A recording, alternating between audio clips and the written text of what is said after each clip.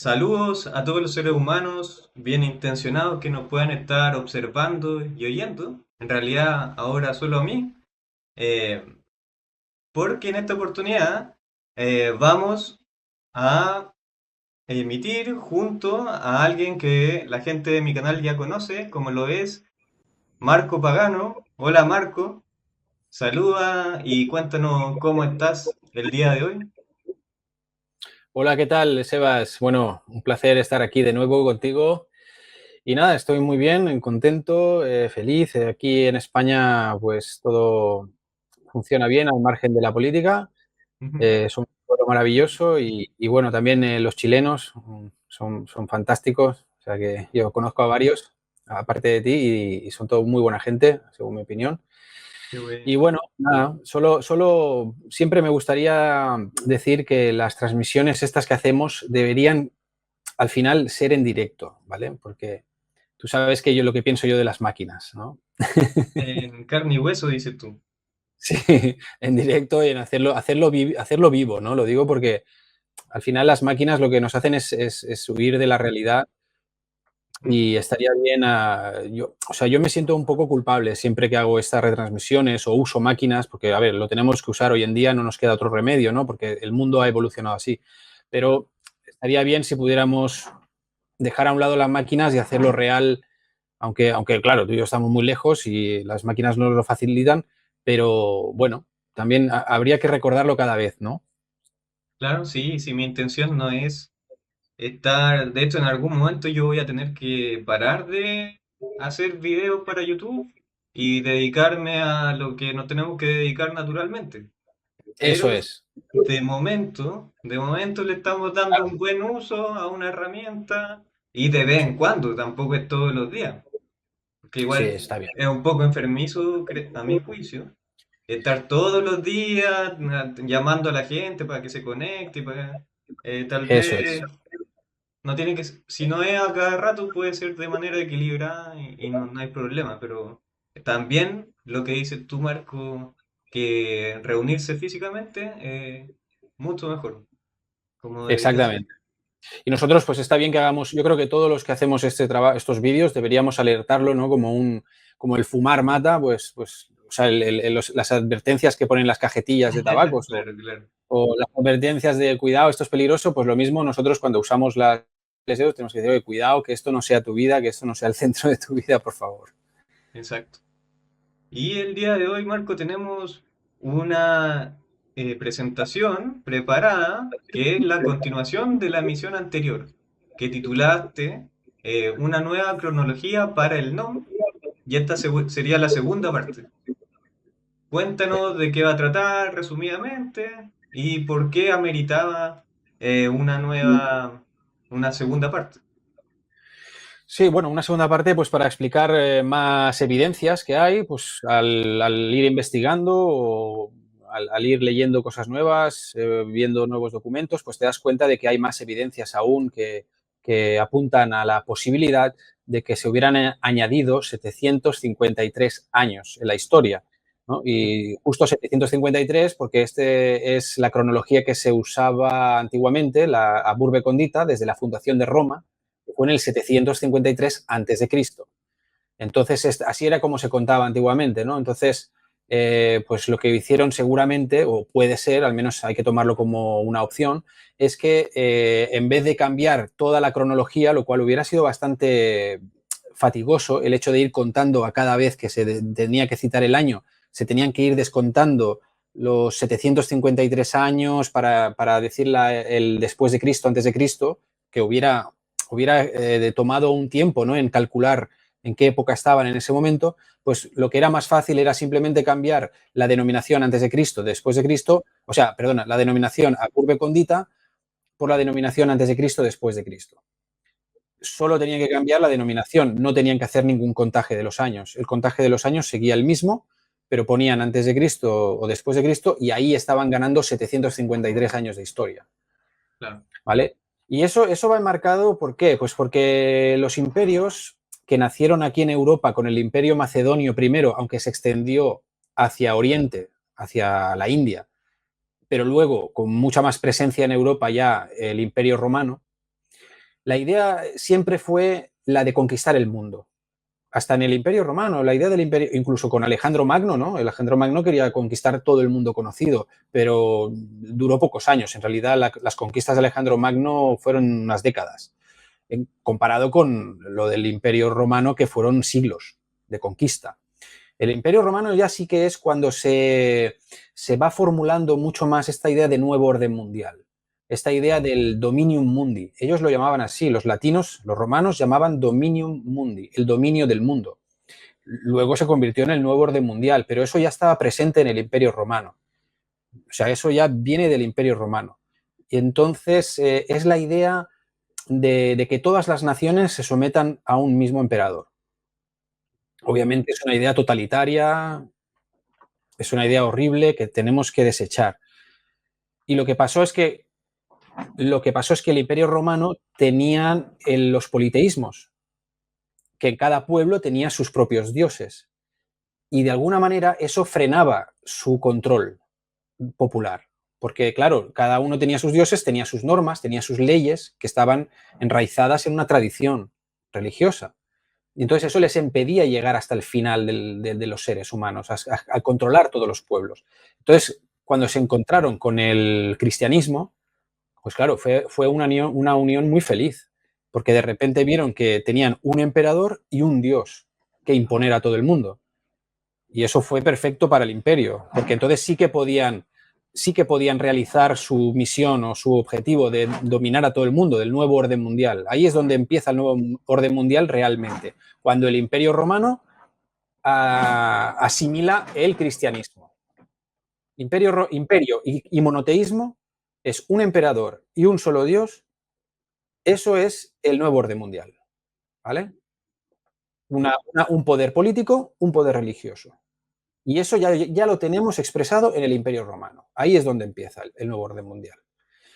Y entonces, claro, una de las formas de conquistar al mundo pues era ponerle una cronología, o sea, un relato de los tiempos que fuera, que explicara mejor su posición, ¿no? Entonces, si ellos explicaban que habían tenido que luchar toda la Edad Media con los musulmanes, que se habían defendido de los ataques de todo tipo de bárbaros, ¿no? Y que habían conquistado a los bárbaros con mucho esfuerzo y todo esto y tal cual, pues les daba mucho más prestigio, sobre todo delante de las conquistas americanas que estaban ya por venir. Es decir, cuando ellos conquistan América, los americanos, bueno, incluso los europeos, cuando conquistan Europa, les preguntan, oye, pero el cristianismo, ¿cuántos años lleva? ¿No? ¿Cuántos años tiene? Porque sus religiones llevaban miles de años.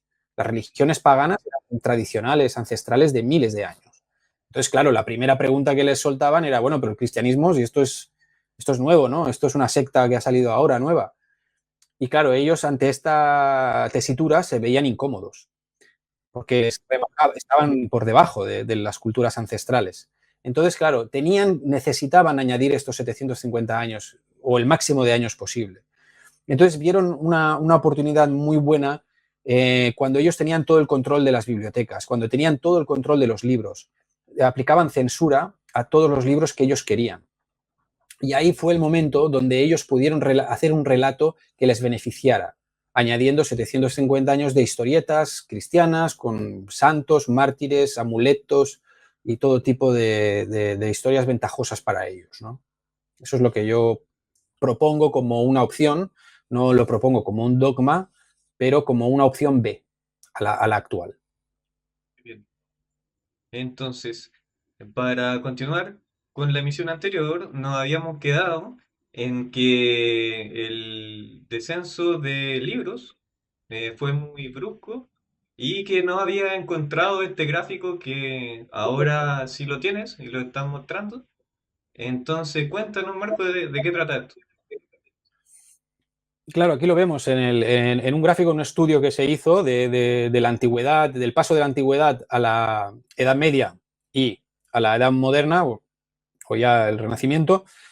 Se hizo un contaje de los libros que estaban contabilizados en las distintas bibliotecas de Europa y de Asia, ¿no? Del mundo conocido. Y lo que vemos en este gráfico es que en la antigüedad pues habían un gran número de ejemplares en las bibliotecas de la antigüedad, ¿no? estamos hablando de hasta los años 400, 500, cuando cae el Imperio Romano hay un descenso muy acusado de los ejemplares que llega hasta casi cero, porque la rayita que vemos que se mantiene en el paso de la antigüedad a la Edad Media, esos son los libros cristianos, que son los únicos que pudieron sobrevivir durante la Edad Media, porque el resto de libros estaban condenados a la quema, a la hoguera, ¿vale? Entonces, esto es lo que pasa durante la Edad Media, que solo quedan estos libros y ya vuelve a recuperarse un poco la variedad en los ejemplares en bibliotecas a partir ya de la época del Renacimiento, ¿no? A partir del 1200, 1300, ahí es donde empiezan a recuperarse pues, la variedad de ejemplares que teníamos en la antigüedad o incluso se superan, ¿no? Pues ya con la invención de la imprenta y ya con una estabilidad política similar a la del Imperio Romano, incluso superior, ¿no? Porque habían unas infraestructuras, unas instituciones de poder ya muy asentadas, ¿no?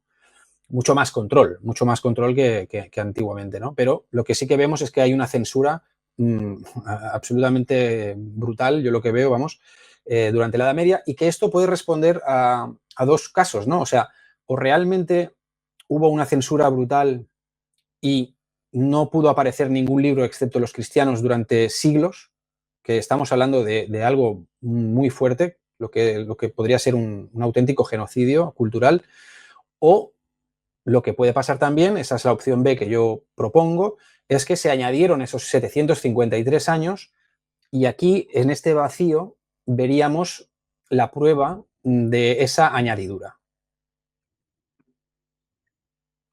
Bien. Esto sobre la fundación de la universidad. Sí, en este mapa también lo que podemos ver son la fundación de las primeras universidades en Europa, que curiosamente todas las universidades se fundan a partir del 1200, bueno, hay alguna de 1100 como Bolonia o Oxford, sí, Oxford o Cambridge, que son un poquito más antiguas, pero la mayoría de universidades tienen una fecha de 1200, 1300, ¿no? Y yo lo que digo es que es muy curioso que teniendo la cristiandad, teniendo la iglesia el poder de casi toda Europa ya muy asentado en los años 500, en los años 600, o sea, después de la caída del Imperio Romano, en esos pocos decenios, pocos siglos después, porque el imperio Romano ya era cristiano cuando cae, entre comillas, porque realmente no cae, es sustituido por la iglesia, ¿vale? El Imperio Romano no cae, está sustituido por la Iglesia. La Iglesia lo que hace es minar las instituciones romanas poco a poco, de forma que ellos se quedan con los epicentros de poder, ¿vale? Que son las sedes episcopales, ¿vale? Los obispos. Los obispos al final funcionan de capos en cada comarca, en cada provincia, ¿no? Entonces, ¿cómo es posible que si ya en el año 500 tenían un poder casi absoluto de toda Europa, cómo es posible que las universidades no aparezcan hasta el cabo de unos 800 años?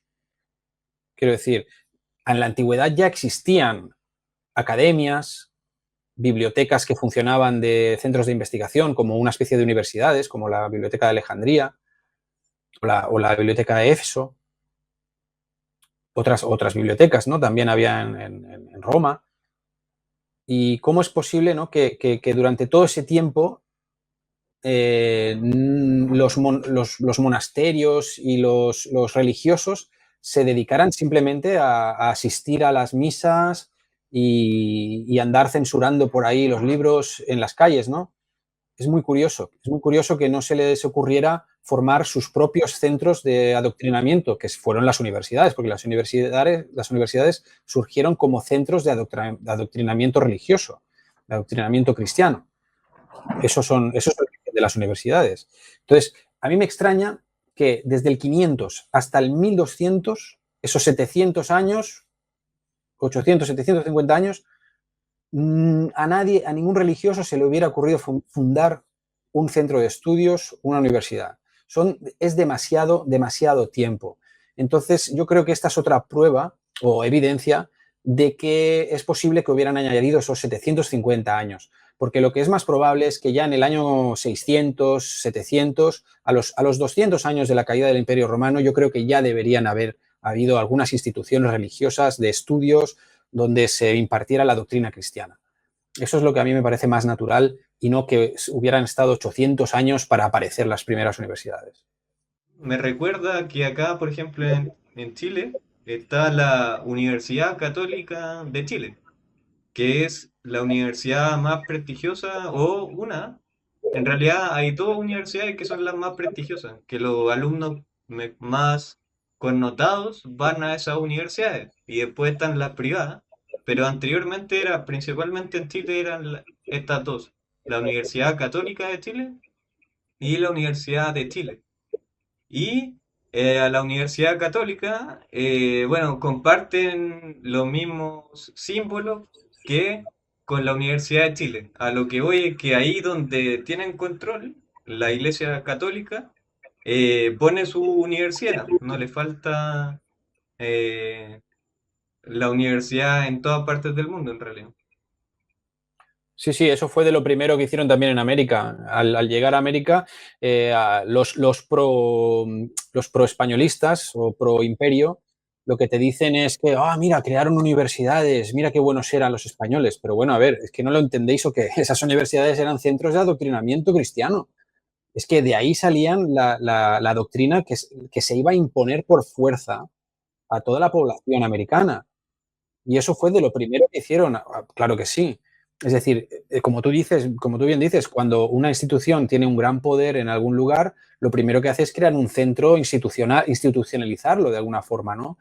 Y ya habían en la antigüedad centros de educación como academias, centros de estudios. Entonces, ¿cómo es posible? ¿Cómo es posible que ya teniendo ese poder en los 500, 600, 700, por ejemplo en España, que era muy poderosa la iglesia en esa época, o en Italia, o incluso en Francia, ¿cómo es posible que no hubieran ya creado esos centros de estudio y adoctrinamiento?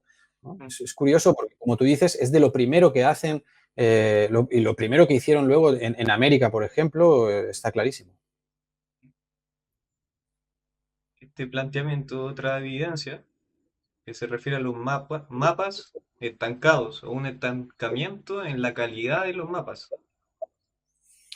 Sí, sí, efectivamente. En la antigüedad teníamos mapas pues bastante elaborados, ¿no? Mapa de Anaximandro, el de Cateo. eh, Habían varios filósofos o geógrafos antiguos que hicieron mapas pues bastante complejos, ¿no? Y lo que ocurre en la Edad Media, durante 800 años, es que los mapas son, pues, como este que tenemos aquí, el mapa de TNO, que era una simple división de Asia, África, Europa, con los mares por medio y el mar que rodea, o mapas que eran pues, muy parciales y muy, quiero decir, muy simbólicos casi, ¿no? Que no eran realistas. Y ya te digo, ¿cómo es posible que durante 800 años la cartografía se estancara de una forma tan absoluta, ¿no? Y que no hubieran mapas un poco más decentes hasta los años 1200, hasta el Renacimiento, vamos. Es también bastante curioso, ¿no? Cuando los mapas es algo tan útil, es tan necesario y que no hay registro de mapas medievales apenas, que los mejores mapas que tenemos son los que estamos viendo aquí, de este estilo, ¿no? Estos son los más antiguos aún que eso. Exactamente, los mapas de Anaximandro, Hecateo, son del 6 antes de Cristo o antes de la modernidad, porque a mí me gusta decir antes de la modernidad, porque yo para mí el nacimiento de Cristo y la toma de Judea por parte de los romanos, que fue en esa época también, para mí es el inicio de la modernidad, ¿no? Es cuando el Imperio Romano conoce al monoteísmo. Esa conjunción es la que luego dará lugar a la modernidad, y al nuevo orden mundial o modernidad, que para mí es lo mismo. Pues sí, lo que vemos es que ya en el siglo VI antes de Cristo, Anaximandro y Hecateo habían hecho mapas muchísimo más complejos, muchísimo más parecidos a los que tenemos hoy en día, ¿no? También Eratóstenes, el mapa de Ptolomeo en Alejandría, en Egipto, ya habían descrito mapas muchísimo más detallados, ¿no? Y luego no vuelven a aparecer hasta los siglos del Renacimiento, ¿no? Los siglos XIV, XV. Quiere decir que son 800 años donde los mapas se estancaron, quiero decir. Es muy curioso, ¿no? Este es el mapa de Abdal. Abdullah, sí, es un mapa mundi también bastante bueno, pero es, claro, es de factoría musulmana y no podemos saber exactamente la datación, porque la datación que seguimos nosotros es la datación que puso la Iglesia romana en Europa. Entonces, claro, no sabemos si corresponde exactamente con la datación que tenían los musulmanes. Este mapa podría ser o de la antigüedad o de la época del Renacimiento, pero porque claro, es un mapa que está en África, ¿no? De los musulmanes africanos. Entonces, no lo sabemos, pero lo que sí podemos ver es que en Europa hubo un estancamiento cultural asombroso. Es increíble lo que hizo el cristianismo a la cultura y a la moral europea, ¿no? Cómo lo hundió en las tinieblas de una forma tan absoluta, tan profunda y tan dolorosa, ¿no? Creo que deberíamos ser conscientes y también estos vídeos creo que son importantes para ser conscientes de lo que ha sucedido en Europa, si es verdad lo que nos dicen y no han añadido esos 753 años, la opción que nos queda es que hubo un retroceso cultural, moral, científico, que yo lo calificaría de genocidio. El genocidio más grande de la historia, que se perpetró en Europa, durante 800 años de una oscuridad atroz, que por cierto se llama la época oscura, los siglos oscuros. Y yo creo que con razón, ¿no? Porque, por ejemplo, aquí tenemos en África, cuando el Islam todavía no era muy poderoso, porque el Islam no se aplicó con fuerza hasta los años 1000, según la cronología oficial. Quiero decir que el Islam al principio era como una alternativa al cristianismo para los africanos y no se institucionalizó hasta pasados unos siglos. ¿Entiendes? Es como el cristianismo al principio. El cristianismo al principio no estaba institucionalizado. Se institucionalizó al paso de los siglos cuando vieron que era algo de lo que podían chupar recursos, ¿no? Unas élites extractivas, y ahí se formó la institución de la Iglesia ya en Roma de una forma institucional. Pues lo que pasó también con el Islam es lo mismo. Al principio del Islam era muy laxo y era muy permisivo con la cultura y seguramente es de esta época, en la época en que todavía el Islam no estaba tan metido, porque luego lo que pasó es que el Islam también prohíbe las imágenes, prohíbe la representación de imágenes y es muy iconoclasta y muy intolerante cuando se institucionaliza, pero antes no. Ujú. Y acá también tú señalas que este cartógrafo árabe ya contaba con que la Tierra era redonda de 37.000 kilómetros de circunferencia, al igual que Eratóstenes. Sí, exactamente. En la antigüedad ya tenían un conocimiento bastante aproximado de la circunferencia de la Tierra, de lo que podía medir. Es ¿Mm? decir, que realmente la ciencia antigua estaba muy adelantada y vamos, no tiene mucho que, para mi gusto, porque claro, luego está con la ciencia más erudita, vamos a decir, cuando ya conoces dónde están las estrellas, a qué años luz, pues a mí todo eso, la verdad, no me parece muy práctico, realmente. Yo creo que las ciencias, por encima de todo, tienen que ser prácticas, es decir, que te sirvan para tu día a día, para hacer un reparto de tierras, no sé, para encontrar algunos medicamentos, Ujú. para hacer Cosechar, tus viajes. ¿Eh? para cosechar, cuando las fases lunares. Las fases lunares, todo eso, para hacer tus viajes y que no te pierdas. Es decir, para mí la ciencia significa eso, para hacer tus trabajos un poquito más livianos, pero sin que te quiten el trabajo, vamos a decir. Porque cuando Ujú. una máquina no solo te hace el trabajo liviano, sino que ya te sustituye a ti, pues ya es un exceso de ciencia. Y lo que yo creo que tenemos hoy en día es un exceso de ciencia, porque ya no es sabiduría, es erudición. Cuando la sabiduría tiene un exceso, el exceso de la sabiduría es la erudición. Y la erudición es aquellos saberes que no solo no es que no te sirvan para tu día a día, sino que incluso te lo pueden entorpecer y te pueden degenerar. ¿Cierto? En esta fuente se han encontrado algunas inscripciones dedicadas a Esculapio, dios de la medicina, a Igeia, a la fortuna primigenia, a Apolo, ahora lo vamos a ver porque realmente todas estas divinidades están relacionadas con el carácter salutífero de estos baños, de estas termas. Esa concepción de que lanzar monedas a las fuentes trae suerte, trae buena fortuna, y aquí estábamos hablando de la fortuna primigenia, pues ya viene de los romanos. Además, estas piezas son realmente interesantes, puesto que tenéis que ver que todas están en un estado de conservación maravilloso, realmente espectacular. Vemos aquí, por ejemplo, los rostros humanos con sus rizos, su corona de laurel o su pañuelo en el cabello, ¿no? En la frente. Vemos que hasta se puede identificar qué persona es con el perfil. Es decir, está bastante cuidado lo que es el diseño, ¿no? Estos son monedas anteriores al 500, al 500 después de Cristo. Y luego vemos la calidad de las monedas de la época bizantina. Pues claro, vemos la calidad pues, en unos diseños que casi ni se aprecia de qué monarca, ¿no? De qué emperador estamos hablando. Unas caras casi deformadas o infantiles, hechas que parece que están hechas por un niño de 10 años.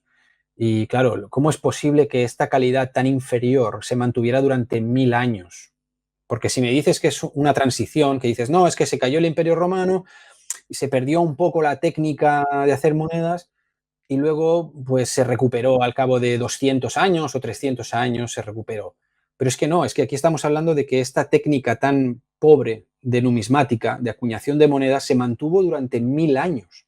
Yo pregunto, ¿cómo es posible que durante 1000 años no hubiera una evolución en la técnica de hacer monedas o al menos un cambio en el estilo del diseño? ¿Cómo es posible que todas sean tan burdas y todas del mismo estilo, ¿no? Más bien parece que hayan sido hechas todas durante 200 años o 300 años o que incluso algunas hayan sido hechas ex profeso para tener evidencias materiales que respalden esos 750 años y que se hubieran hecho todas en serie rápidamente, ¿no? En una época como para decir, mira, este es el monarca tal, este es el monarca cual, el emperador cual, y como para tener pruebas físicas de que esos años sí pasaron, ¿no? Esos años 800, 900, 1000, parece como que las hayan hecho todas en serie por la misma ceca, por la misma fábrica de monedas, y que se hayan hecho rápido y mal como para justificar esos años. Ujú. Claro, porque luego vemos las monedas en época renacentista, ¿no? Después del 1300, pues aquí vemos unas monedas muchísimo más detalladas como las que se hacían en la antigüedad, con unos perfiles claros, que se puede identificar cuál es la persona. No estamos hablando de garabatos, como las de época bizantina. Entonces, claro, aquí lo que evidencia es que es eso, una de dos. O que se añadieron estos 753 años y que esas monedas se hicieron a prisa y con cualquier diseño, porque realmente esos personajes estaban inventados, porque salían de las crónicas bizantinas que hacían en los monasterios para rellenar esos 753 años y dar una prueba de alguna forma, alguna prueba de que esos años existieron y se hicieron todas rápidamente en unos 50 años o 100 años, o bien que hubo un retraso cultural, otra vez, estamos en lo mismo, que hubo un retraso en el gusto, una cerrazón mental tan extrema que duró 1000 años en los que solo se podían hacer garabatos en las monedas, que no había un arte, que no había una inspiración artística para hacer algo bonito, que saliera un animal, un delfín, como se hacía en la antigüedad, ¿no? Un templo bien hecho o la cara del emperador, pero que se viera quién es el emperador y que se vieran sus rasgos faciales, ¿no? Claramente. ¿Cómo es posible que durante 1000 años se mantuviera esa oscuridad mental como para que no hubieran expresiones artísticas un poquito mejores que lo que nos enseñan las monedas bizantinas? Me parece increíble, ¿no? Y luego acá el estancamiento del arte de la guerra. Sí, el arte de la guerra y en concreto la poliorcética es el arte del asedio de ciudades.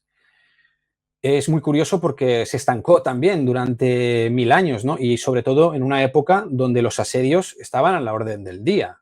porque en la antigüedad casi los asedios no se hacían en las guerras. Las guerras tenían códigos de honor en la antigüedad, en las que todas las guerras se realizaban en campos abiertos. Y era raro que se realizaba una guerra de asedio contra la ciudad. O si se hacía de manera bastante rudimentaria. Realmente no habían máquinas de asedio, como se inventaron después con la poliorcética, que eso es lo que significa, ¿no? Las máquinas de asedio, la ciencia el estudio del asedio de las ciudades. El asedio de las ciudades empezó a desarrollarse con Alejandro Magno, que fue el primer militarista, emperador, expansionista de Europa, porque obviamente ya existían imperios en Asia, pero aquí en Europa el primero fue Alejandro Magno. Antes de Alejandro Magno a nadie se le ocurrió ir por ahí conquistando tierras a lo loco, porque obviamente había un código de honor y cada uno se ocupaba de sus asuntos y se tenía respeto por las otras naciones, ¿no? Se podía ir a saquear, a hacer pillajes, a sacar extractos, a extraer tesoros o riquezas de un pueblo y luego se regresaba a su casa y se dejaba al pueblo que se recuperase, ¿no? Pero esto de invadir un pueblo y someterlo con impuestos, esto en Europa no había existido hasta Alejandro Magno. Es el primero que lo hace, pero se dirige más hacia Oriente. Es decir, Alejandro Magno está en Europa, pero más en la parte de Grecia, los Balcanes, pero ya su expansión es hacia Oriente hasta la India. En realidad, el primer imperio que afecta a Europa de pleno es el Imperio Romano, que de hecho el Imperio Romano crece por miedo al Imperio Macedónico, a la expansión del Imperio Macedónico. Lo que quiere el Imperio Romano es impedir que el Imperio de Macedonia llegue hasta sus tierras, y por eso ellos crecen también de esta forma tan desordenada, ¿no? Que al final los imperios es eso, ¿no? Una proliferación de impuestos, una expansión de sometimiento a otras tierras, y esto se hizo en el Imperio Romano, ¿no? Entonces, ¿cómo es posible que cuando cayó el Imperio Romano, que estábamos en una época donde habían muchos asedios a ciudades, porque el Imperio Romano se expandió mediante los asedios a ciudades prácticamente, como todos los imperios, porque los imperios, una característica que tienen es el asedio a la ciudad. No es una política noble de vamos a luchar de tú a tú en el campo de batalla y si yo gano, pues te impongo un impuesto, pero me voy para mi casa y luego lo hablamos. No. Los imperios lo que hacen es asediar las ciudades, las someten por completo, matan a los rebeldes y les imponen un impuesto y dejan a gente allí para que repueblen el lugar. O sea, estamos hablando de genocidio. Los imperios siempre están vinculados con el genocidio. No hay imperio sin genocidio. O sea, van de la mano. ¿Vale? Entonces, claro, cuando cae el Imperio Romano, ¿cómo es posible que en ese momento en el que las guerras de asedio todavía son más importantes porque la gente se refugia en los castillos y fortalezas de la Edad Media, en esa época precisamente, ¿cómo es posible que la técnica poliorcética no se desarrolle de forma exponencial? Obviamente se desarrolla un poco porque hay máquinas de estas catapultas muy grandes, ¿no? que tiraban unas piedras enormes para derribar las murallas. Pero no estamos hablando de un avance extraordinario, como luego sí pasará a partir de la época del Renacimiento, ¿no? A partir del Renacimiento ya se empiezan empiezan a inventarse máquinas, realmente máquinas de asedio muy poderosas, con las cuales ya se desarrolla la dinamita, por ejemplo, ¿no? Y ahí es el inicio de la dinamita, es precisamente por el arte de la guerra, es la poliorcética la que demanda estos cañones, estas bolas de dinamita que luego serán muy efectivas, ¿no? En la guerra. Pero ¿cómo es posible que hubo un detenimiento de esta técnica desde el año 500, que cayó el Imperio Romano, hasta el 1300 o así, que es cuando se empieza ya a usar armas de fuego, dinamitas y tal en el Renacimiento? ¿Cómo es posible? Porque estamos hablando de 800 años de estancamiento, ¿no?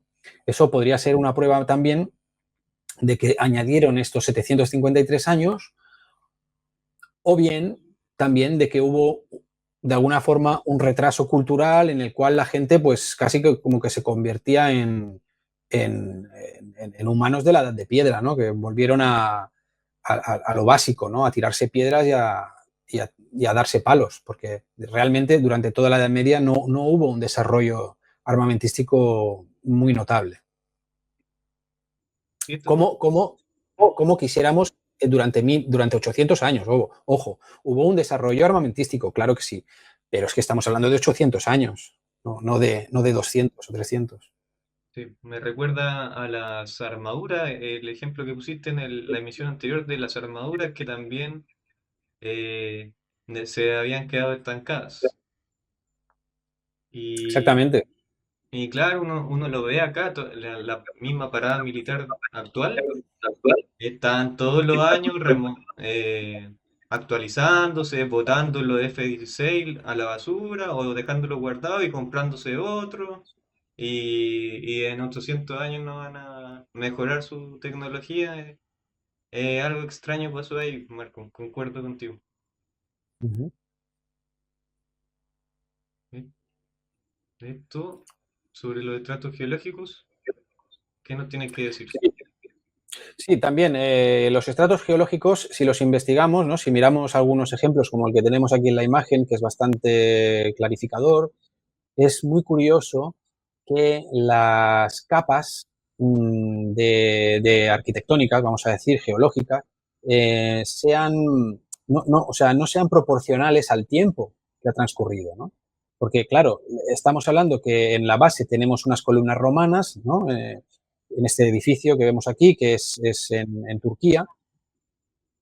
¿Cómo es posible que las bases de la época romana se distingan respecto de los arcos bizantinos en solo 250 años y luego de los arcos bizantinos se pase a la edad moderna en 1000 años y no haya un estrato equivalente o mucho mayor incluso, ¿no? Porque si solo hay 250 años del Imperio Romano al Imperio Bizantino, ¿cómo es posible que luego, cuando el Imperio Bizantino duró 1000 años, no hubiera unas capas de construcción añadidas, ¿no? Quiero decir, ¿qué pasa? Que no se construyó nada durante esos 1000 años del Imperio Bizantino, se quedó la misma casa con el mismo suelo. Eso no sucede así, los suelos se deterioran, los suelos se resquebrajan, hay que reformarlos, incluso pasa hoy en día, cuando una carretera o cuando un camino se estropea, ¿qué se hace? No se quita lo que hay y se vuelve a poner, no. Lo que se hace es que se construye encima para evitar costes. Se construye una capa encima de la que ya hay y eso hace que el suelo se vaya quedando abajo, porque se construye siempre capas encima una de otra. Es como en casa, cuando nosotros se nos estropea el suelo de casa a veces, lo que se hace muchas veces para evitar costos es construir encima otro suelo. No se quita el suelo que hay, ¿vale? Pues incluso es mucho más común en las calles. Lo que no se hace es picar el suelo que hay y volverlo a poner, sino que se construye otro suelo encima del suelo que ya hay. Entonces, ¿cómo es posible que durante 1000 años se haya mantenido el mismo suelo en época bizantina y no se haya construido otro suelo encima? ¿Qué pasa? ¿Que no se estropeó, no habían baches, no habían grietas? Eso parece también un poco extraño, ¿no? ¿Cierto? Y esto, en lo que respecta a un- una característica importante del arte visigodo del siglo... ¿Qué siglo es ese? ¿El siglo VII? Siglo sexto, sí, siglo sexto, siglo séptimo, eso, los años 500, años 600. Eh, claro, el arco de herradura siempre se ha contemplado como un signo, como un ejemplo de lo que es la arquitectura árabe, o mozárabe, ¿no? La arquitectura árabe en España. Y es muy curioso porque este arco no es árabe, no es de creación árabe. Este arco es visigodo, lo crearon los visigodos, que eran europeos, eslavos que viajaron hasta España, ¿no? Quiero decir, que quiero decir, la pregunta que yo me hago es, ¿cómo es posible que los musulmanes, habiendo estado 800 años en España, como nos dice la historia oficial, cómo es posible que no desarrollaran un elemento característico de su arte, que el único elemento característico que tienen, que es el arco de herradura, no es musulmán, es visigodo. Entonces, me extraña mucho que durase 800 años, ¿me entiendes? Los musulmanes, cuando entraron a España, su arquitectura estaba basada en la arquitectura anterior, que era la arquitectura visigoda. Y la arquitectura visigoda tenía como elemento fundamental el arco de herradura, ¿vale? Entonces, ¿cómo es posible que en esos 800 años los árabes no hayan desarrollado un arte con características propias, ¿no? Porque si la única característica o una de las pocas características propias que tiene el arte mozárabe es el arco de herradura, es visigodo, pues ya me explicarás. Eso no puede explicar 800 años de presencia árabe. Yo creo que no. Vaya, parece más bien que estuvieron 250 años, tal vez. Yo creo que es más creíble que estuvieran 250 años que 800, creo yo, vamos. Estos son ejemplos también de arcos de herradura visigodos, ¿no? Que no son musulmanes, son visigodos. Lo que pasa que luego los musulmanes se encontraron esto y les gustó y lo desarrollaron más, incluso lo pusieron por todos lados, lo cogieron como, lo adoptaron como un símbolo del arte mozárabe musulmán, pero no debemos olvidar que su origen es visigodo.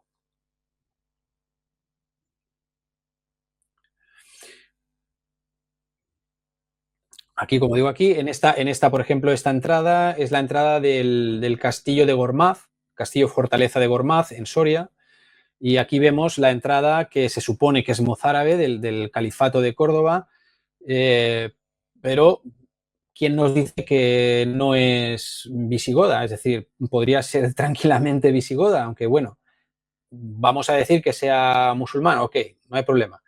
Pero lo que vemos en este castillo son las hiladas de abajo muy distintas a las hiladas de medio y de arriba, ¿no?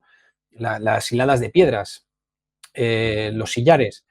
Lo que vemos es que en esta arquitectura, ¿no? de esta fortaleza castillo, es que hay bases de sillares romanos en la base más primera, más original.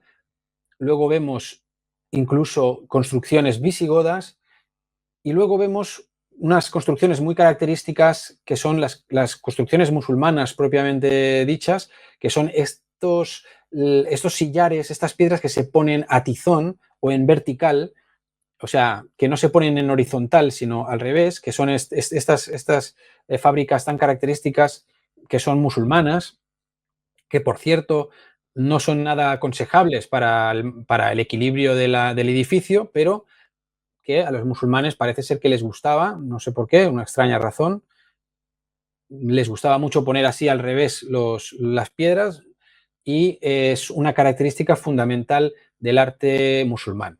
Vale, pero lo que vemos es que en este castillo las hiladas de arte musulmán son muy pocas, ¿me entiendes? Si los musulmanes estuvieron 800 años en España, porque los visigodos estuvieron 250, 300 años solo. Y entonces, ¿cómo es posible que haya la misma cantidad de hiladas visigodas que musulmanas? Es un poco raro, ¿no? Porque si los musulmanes estuvieron 800 años, deberíamos ver casi todo el muro, ¿no? O todo el muro o casi todo el muro, porque obviamente se rompió, hubo batallas, hubo guerras en las que se destruyó partes de la muralla, lo entiendo, ¿no? Eso es entendible. Pero la mayoría de la muralla debería estar construida en estilo árabe, si es que estuvieron 800 años. Pero en cambio, lo que vemos es que las construcciones árabes pues son escasas, son poquitas, tienen poquitos metros en el muro, ¿no? Eso es bastante curioso, ¿no? Luego, obviamente, fue reconstruido por los cristianos, ya en época renacentista, en época de los reyes católicos, y luego también incluso en época moderna, ya en los siglos XVIII, XIX, incluso en el siglo XX, también fue reconstruido. Quiero decir que ahí hay piedras de todas las épocas, Pero alertar esto, que las piedras de época musulmana pues no son mucho mayores que las de otras épocas, al contrario, es un poco es pocos metros cuadrados los que tenemos de piedras atizonadas o de estilo musulmán.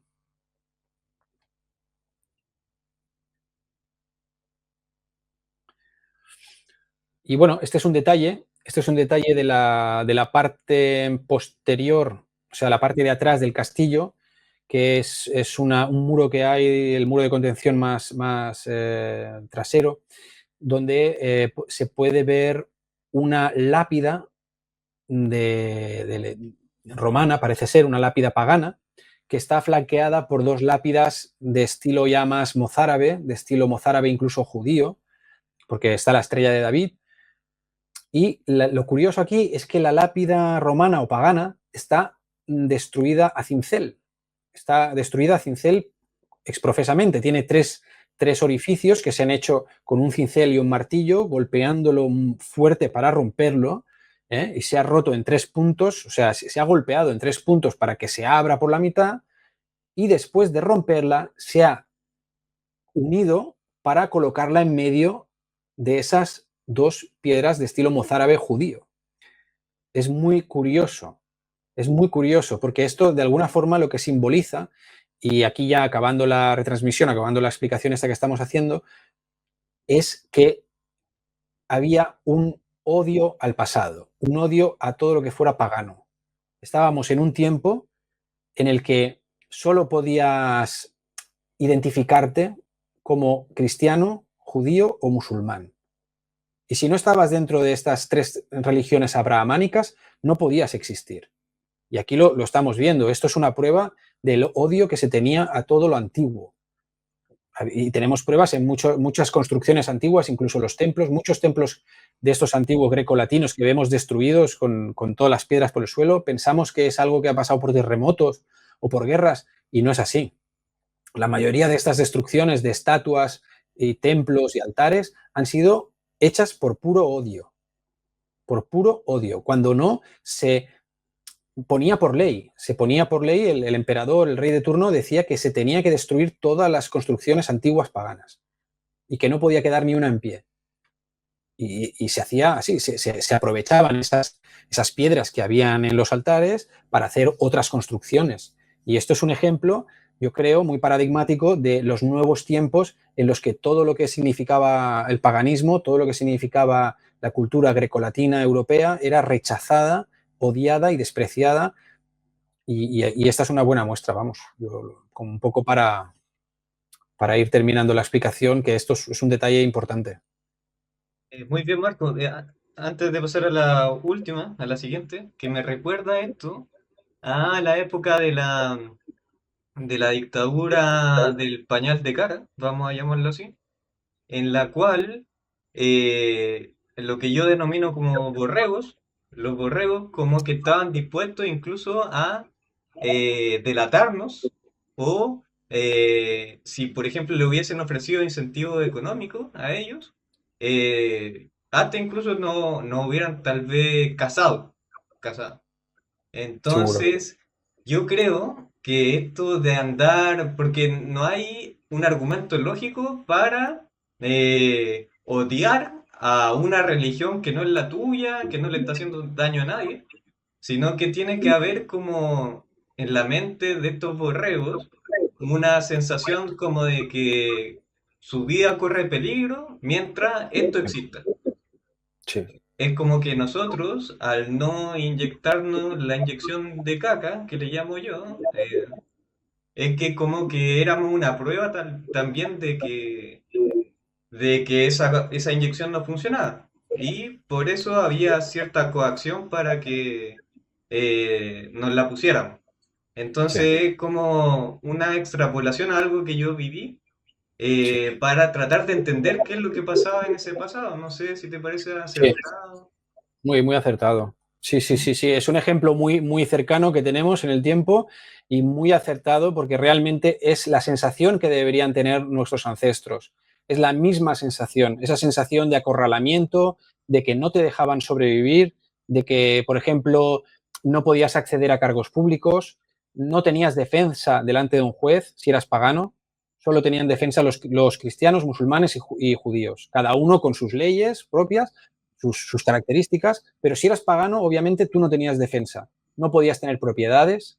Si no eras cristiano o de alguna confesión de estas, directamente te quitaban todas tus tierras, incluso te quitaban la mujer y los hijos, te desterraban. El dolor que sufrió esa gente no podemos ni imaginarlo. Y eso no fue durante 2 o 3 años como pasamos nosotros.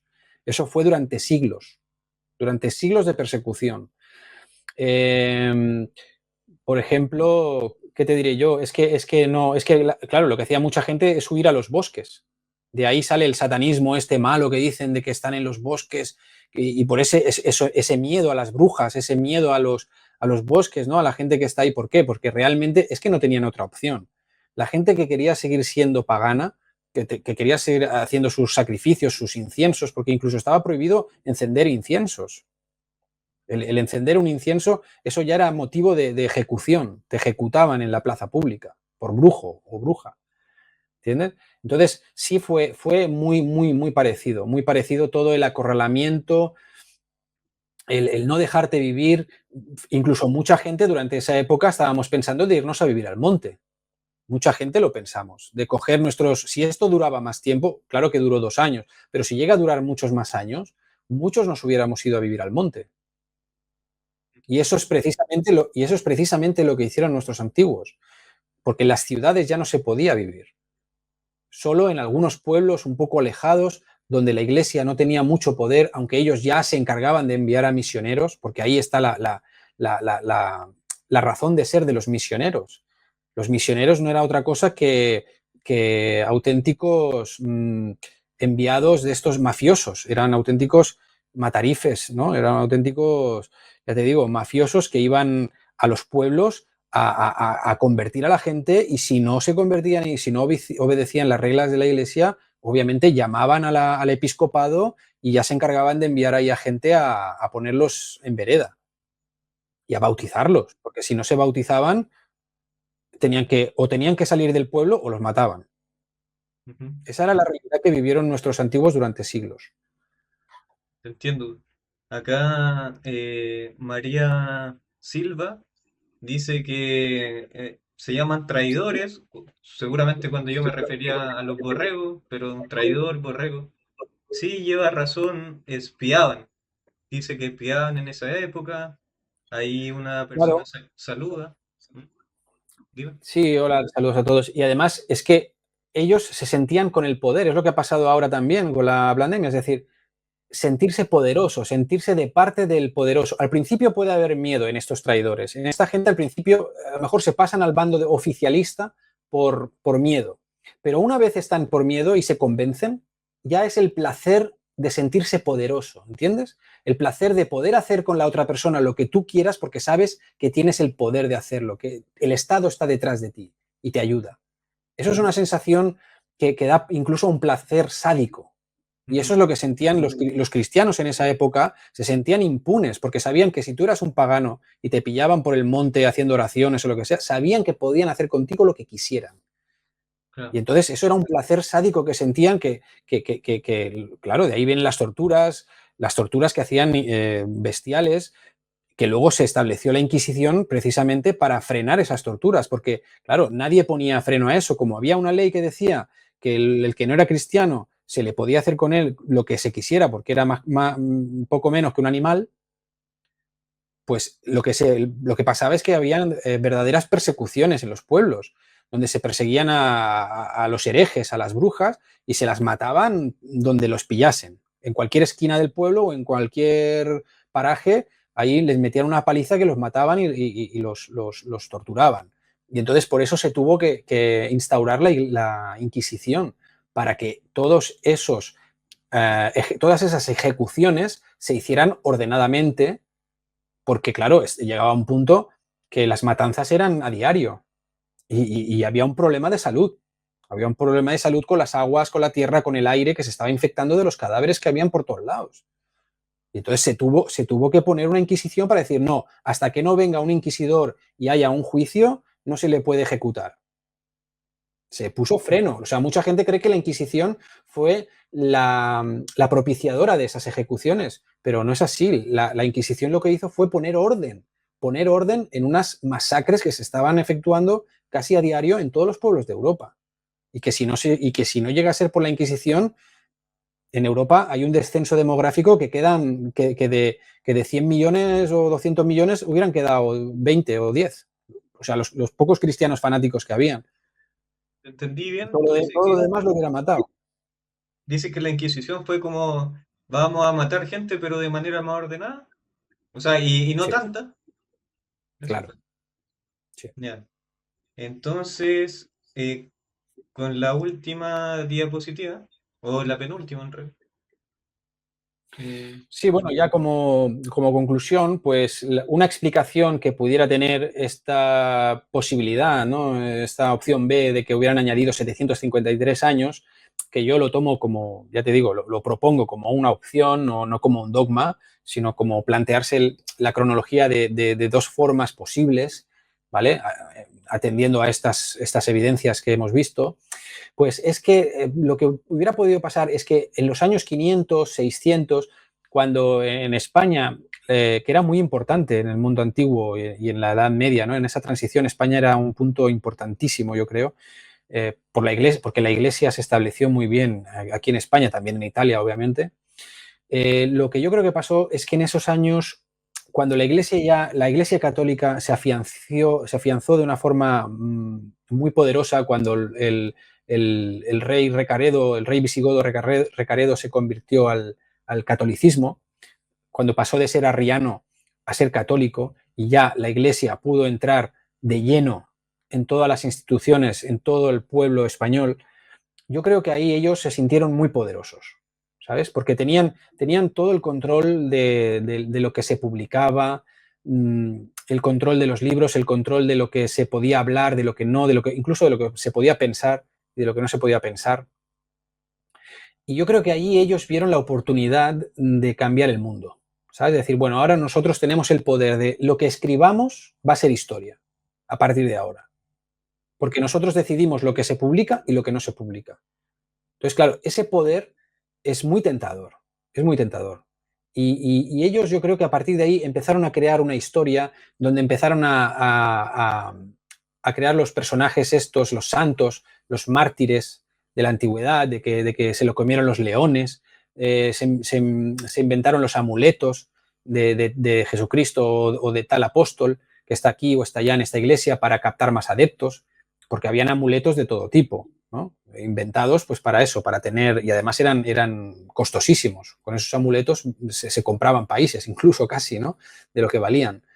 Se empezaron a inventar todo este tipo de cosas porque tenían el poder de hacerlo, ¿no? Y por qué no pudieran haberse inventado la cronología, ¿no? En una época en donde todavía no existía una cronología para todo el mundo, o al menos para todo el mundo conocido, yo creo que fue muy tentador el hecho de, bueno, vamos a decir en qué año estamos realmente y tenemos la posibilidad de añadir 753 años, tenemos la posibilidad de simplemente no cambiar el número del año, porque si estamos en el 1230, pues en vez de ponernos en el 530, o sea, si estamos en el 1300, en vez de ponernos en el 1000,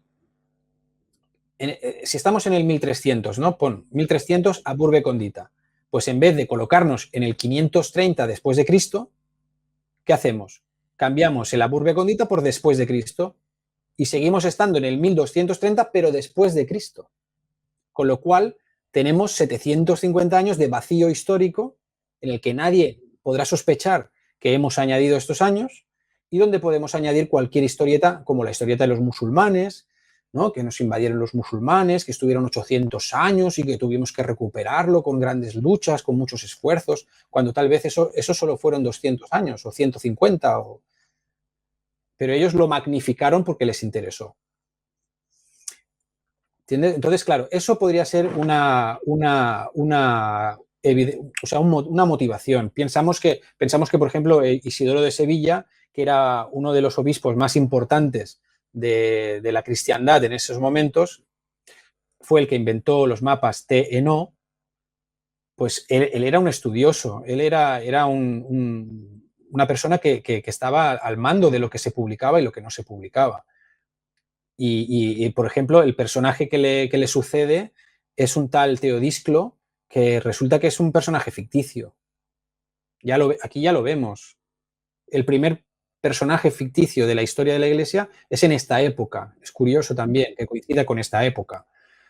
Y luego vienen todas las historietas de los santos y las crónicas bizantinas también, son de esta época, empiezan en esta época a inventarse pues todo tipo de reyes que se suceden uno tras otro de una forma bastante mecánica, automática, sin casi dar detalles de la vida de ese rey, ¿no? De ese monarca. Entonces, yo creo que por ahí va la motivación en caso, vuelvo a decir, de que se hubieran añadido estos 753 años. Que puede ser o no, pero ya te digo, esa es una de las dos opciones. Entiendo, Marco. Y acá, para resumir las dos posibilidades, que, yo encuentro que tú te inclinas más por la primera, de todos modos. Eh, pero dar lugar a la segunda por si es que puede ser posible, no sé. O cuéntame tú. Claro, a ver, claro, yo estoy dudando, ¿sabes por qué? ¿Qué pasa? Que a mí me cuesta creer que Europa se convirtiera al cristianismo tan fácilmente. Ujú. Quiero decir, la segunda opción de que estuvieron 800 años para conquistar Europa, el cristianismo, o sea, para imponer el cristianismo a todo el mundo, para que realmente exterminar y que no hubiera nadie que no fuera cristiano, eso creo que tuvo que durar muchos siglos, ¿sabes? Porque quitarle las tradiciones, quitarle la moral antigua que tenían todos los pueblos europeos, no creo que fuera tan sencillo como 200 años, 300 años. Aunque, ojo, pudiera ser que también fue un genocidio muy fuerte, muy acelerado, donde hubo una persecución. Imagínate estos 2 años que tuvimos atrás, del 2020 al 2022, pues imagínate esto mantenido durante el tiempo de una forma incluso más agresiva, con penas de muerte y ejecuciones. Imagínatelo durante 200 años, lo que puede provocar, el Sí. cambio mental que puede provocar, ¿entiendes? Ujú. Entonces, claro, no sé, cualquiera de las dos opciones, yo creo que cualquiera de las dos opciones puede ser, yo creo que estoy a un 50% de que pudieran haber añadido esos 753 años a conveniencia, porque tenían el poder de hacerlo, podían haberlo hecho tranquilamente, o en la segunda opción, que fueron 800 años de un atraso cultural, de una censura, de un genocidio tan extremo, que ha pasado todo lo que hemos visto en estas evidencias anteriormente, ¿no? Que hubo una decadencia brutal en la cultura, en la religión, en la moral, en la economía, en la política. O sea, un atraso realmente que no creo que no somos conscientes hasta que no echamos un vistazo a todas estas evidencias y entendemos lo que significan, no somos conscientes de lo hondo, de lo profundo en la oscuridad en la que nos sumió el cristianismo y el imperio. Las dos fuerzas más perjudiciales para el ser humano. Te entiendo, Marco, y te agradezco por la presentación. Yo saco como conclusión que, por ejemplo, a veces uno se pregunta por qué uno está en este entorno del sistema que es tan violento, que en el cual no me siento a gusto, y otra gente como los borregos o los traidores, como decía María, eh, te podrán decir, bueno, ándate, si no te gusta, ándate. Pero es que no es tan simple porque uno ya nació dentro y no puede llegar y irse, sino que tiene que hacer todo un proceso para poder irse, y no es tan rápido. A lo que voy con esto es que al menos esto nos da como, esto que planteas tú, como que nos contextualiza para poder entender por qué llegamos a esta situación en la cual eh, no nos gusta, o a mucha gente puede no gustarnos, o no sentirnos a gusto. Entonces de ahí también la importancia de esto que nos compartes. No sé si estás de acuerdo con lo que acabo de decir. Como que... Sí, sí, sí, sí.